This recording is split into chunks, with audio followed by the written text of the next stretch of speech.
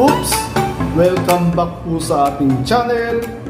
At kung bago ka pa lamang po sa ating channel, sandali lang bro. Parang may mali. Mag-subscribe ka naman. Ayos ah. Well, thank you. Maraming thank you po sa ating mga bagong subscribers. Lulutuan ko po kayo ngayon ng loti, or they also called it sardo. Pero ang tawag po namin dito sa Ilocano, daludal. Okay. Ito po siya. Marami po nito sa Central at Northern Luzon. Ito po ang ating loti or sardo or daludal po sa Ilocano. Kung may tumutubo pong gabi sa inyo pong lugar, tiyak, meron din pong daludal dyan. Kasi ito pong daludal o loti, ugat lang po ito ng gabi. Kaya simulan na po natin. Ang ilalagay po nating mantika, yung ating pong pinagprituhan ng tilapia.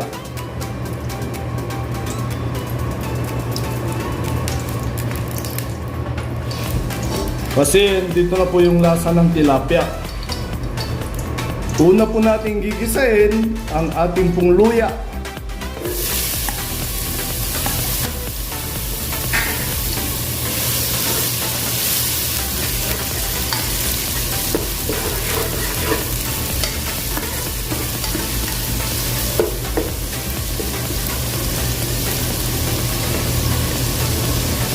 Medyo totostahin po natin itong ating pong luya. Ngayon, isunod na po natin ang ating bawang kasama ng kanyang balat. Yun.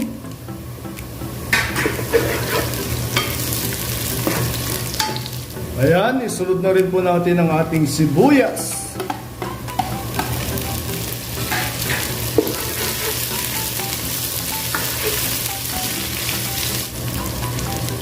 Ngayon, ilagay na rin po natin ang ating kamatis. 2 piraso po yan, medium size lang po.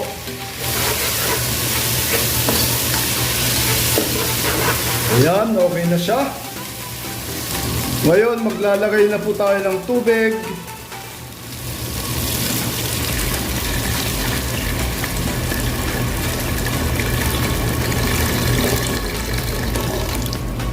Okay, nasa 2 cups po yung ating tubig na nailagay. Takpan po muna natin at antayin kumulo. Alright, kumukulo na po siya.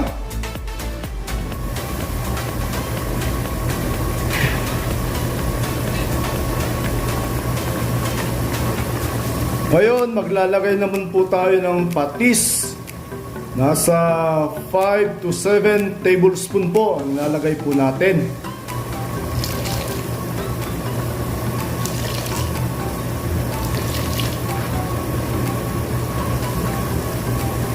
Ngayon, ilalagay na rin po natin itong ating loti o sa Ilocano, daludal.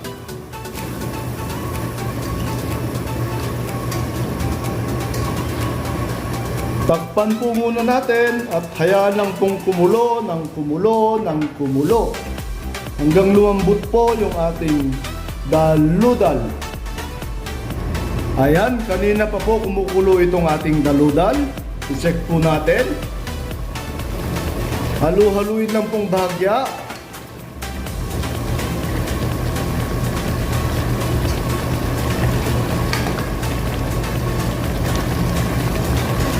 Takpan po uli natin. Ayan, kanina pa po siya kumukulo. I-check po natin.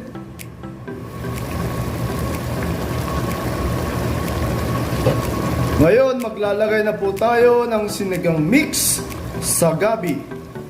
Para po medyo lumapot-lapot po siya.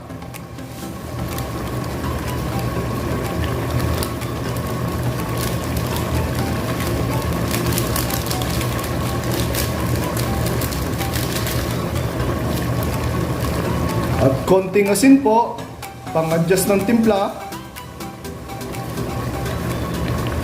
Halu-haluin lang po.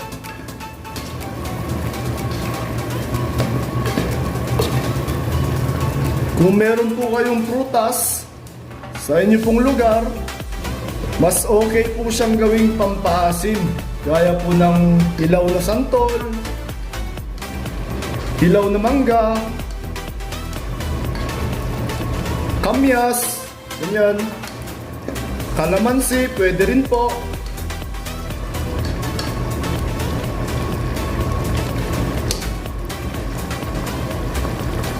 Ngayon, ilagay na rin po natin itong ating tilapia na naprito na po natin kanina.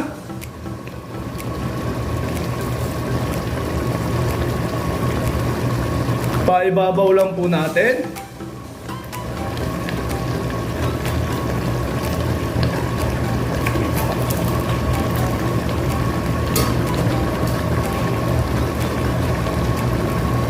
Takpan po muna natin. Okay, kanina pa po siya kumukulo. I-check na po natin.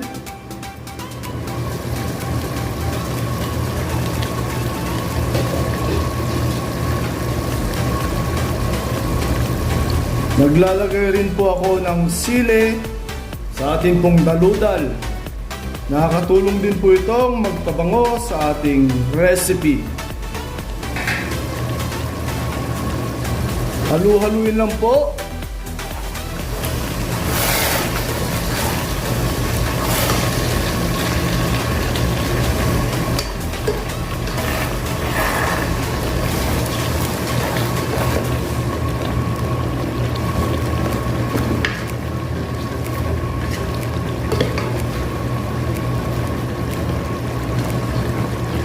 Ayan, malapit na po tayo sa katotohanan. Kunting sandali na lamang to. Pwede nang ulamin. Takpan po muna natin saglit ng hanggang 3 minuto. I-check na po natin. Ayan, ready na po siya. Isa na namang pong haka-haka ang ating nabigyang pagpapatunay. Paksiw na daludal with tilapia. Sarap! Shout out po sa mga subscribers po nating Ilocano. Mabuhay po kayo.